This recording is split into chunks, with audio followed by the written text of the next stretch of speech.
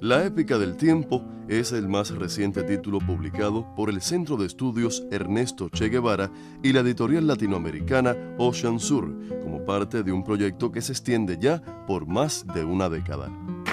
Es un texto basado en el ordenamiento riguroso de su vida y a través del cual se les ofrece una muestra facsimilar de la documentación registrada en nuestros archivos, los que representan la visión pasada, presente y siempre futura de su vida y obra.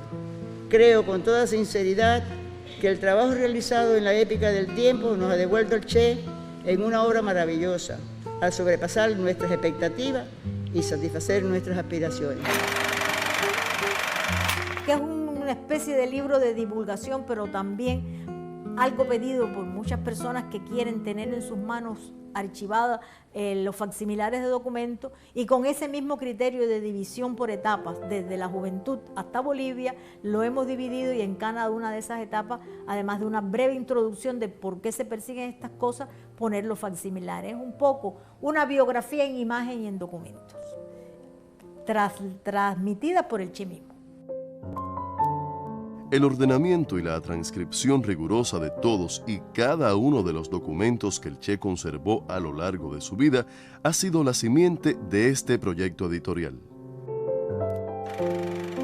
Estábamos obligados a hacer una periodización de vida y obra del Che, y estábamos obligados a hacer una periodización temática de la obra del Che. Eso lo teníamos bien claro. Pero en la medida en que toda esta obra va saliendo, y nosotros la vamos ordenando, no pensábamos primero en libros, pero sí como fondo para estudiar por temática las cosas. Y nos dimos cuenta de que empezaron a proliferar biografías, de que empezaron a proliferar análisis que no tenían como base o fundamento todo esto que nosotros teníamos como un tesoro guardado. Nosotros sí estábamos en la obligación real de entregar cada una de estas obras para que el que estudie, el que analice, juzgue a partir de lo escrito por el propio Ernesto Che. El resultado, más de 20 libros que, ordenados por temáticas y cronológicamente, abarcan lo más ilustrativo de la vida, la obra y el pensamiento del Che. Era necesario la divulgación de ese pensamiento, pero era necesario los escritos de juventud, que aunque no son muchos, son muy fuertes y convincentes.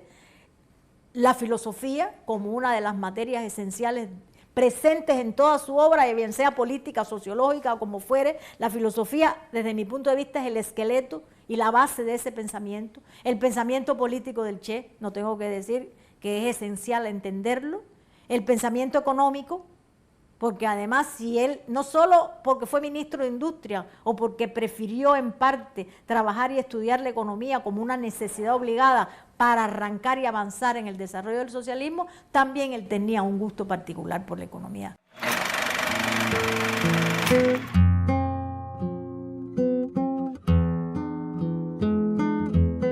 Y sin dudas, entre los títulos más buscados, aquellos en los que el propio Che relata los acontecimientos vividos en las jornadas de sus luchas revolucionarias e internacionalistas.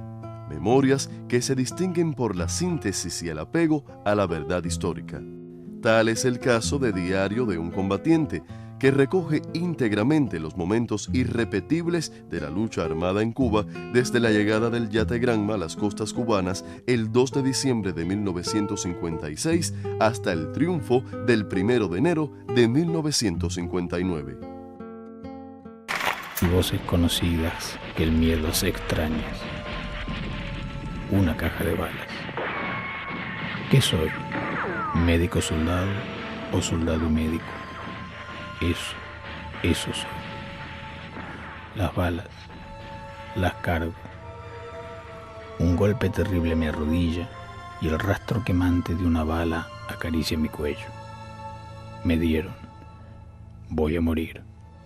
Mi vida, mis amores, mis aspiraciones. Solo llevaré bajo tierra la pesadumbre de un canto inconcluso. Hay que morir con dignidad, como un guerrero antiguo. Hundo el oído en mis entrañas, buscando a tientas el manantial abierto. No lo hallo. No estoy grave.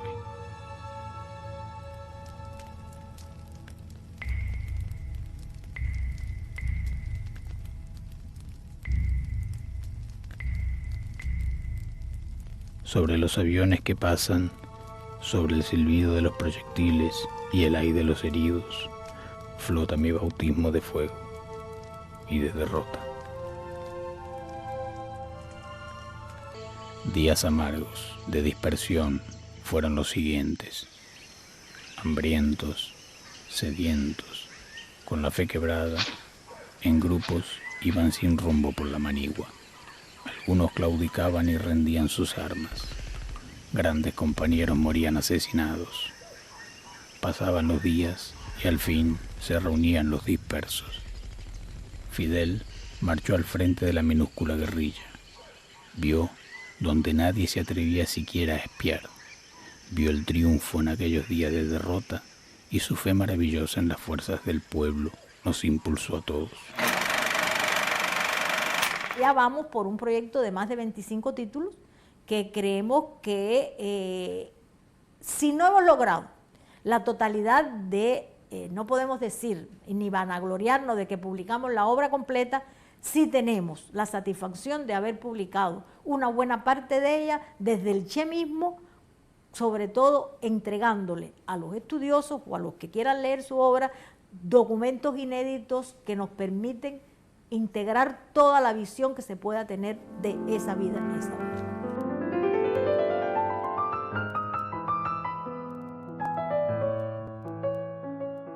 Aquí en el centro hacemos muchísimas cosas, pero sobre todo el grueso es el trabajo editorial. Tenemos la publicación de la revista Paradigma, que es el anuario del centro, sale una vez al año, pero también los libros del proyecto editorial que debemos revisarlos desde el punto de vista del contenido y sobre todo desde el punto de vista de la edición. A la revista le hemos puesto Paradigma pensando en que ver al Che como el modelo que es. Es una especie de anuario, todavía no podemos aspirar a tener una revista con más sistematicidad.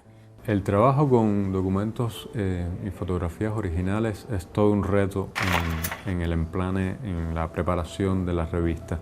En primer lugar porque esos originales ya tienen unos cuantos años de haberse producido y hay algunos a los que el paso del tiempo ha hecho su estrago. Estamos hablando permanentemente de la documentación inédita y no se conocían de primera mano los materiales o los documentos manuscritos.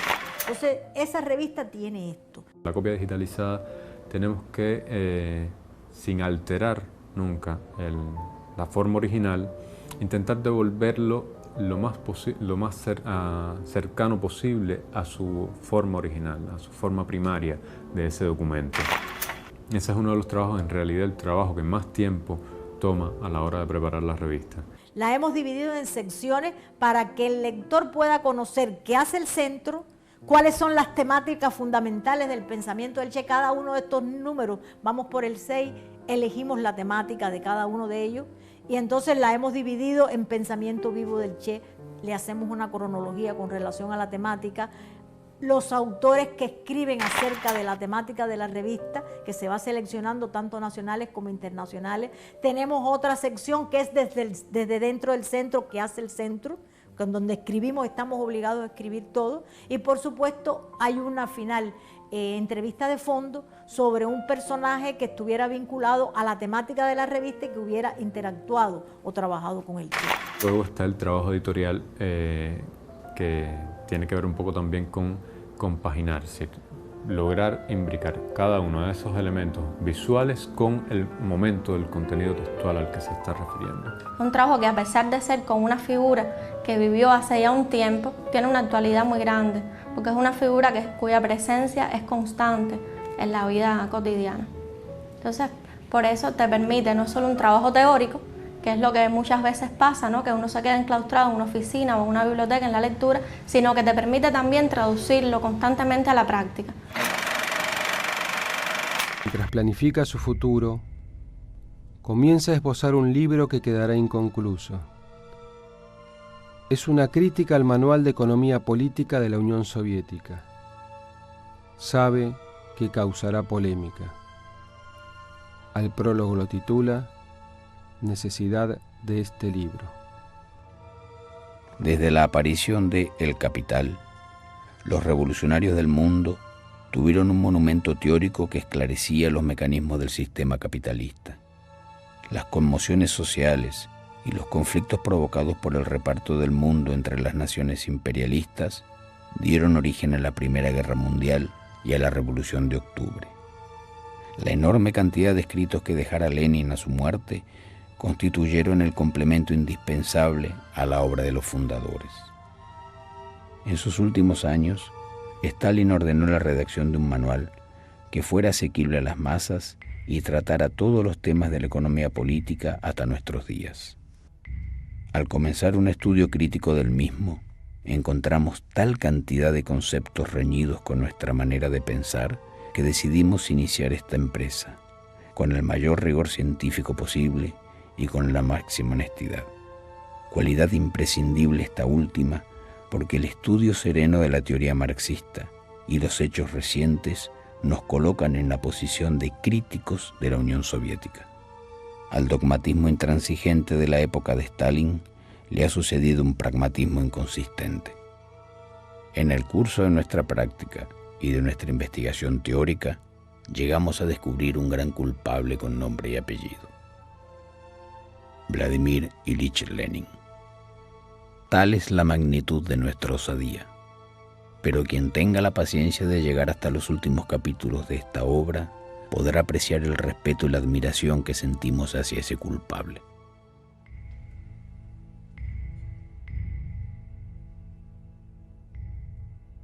Nuestra tesis es que los cambios producidos a raíz de la nueva política económica han calado tan hondo la vida de la Unión Soviética que han marcado con su signo toda esta etapa. Y sus resultados son desalentadores. Se está regresando al capitalismo. Coincidentemente, este año es el 50 aniversario del asesinato de octubre, pero en junio del año que viene nada más y nada menos que el Che cumple 90 años. Y lo que queremos es trasladar el aliento de vida. El objetivo real que hemos querido priorizar es publicar libros de divulgación sobre qué es el Che, sobre todo para los jóvenes que guardan una distancia de esta realidad que he explicado, porque lo que nos interesa básicamente es que se tope, sobre todo el joven, que en un año tan profundo como por los sucesos, como puede ser el 50, también tenga el hálito de aliento, el aliento para perseguir a ese hombre en vida y llegar a 90, al 90 cumpleaños de su natalia.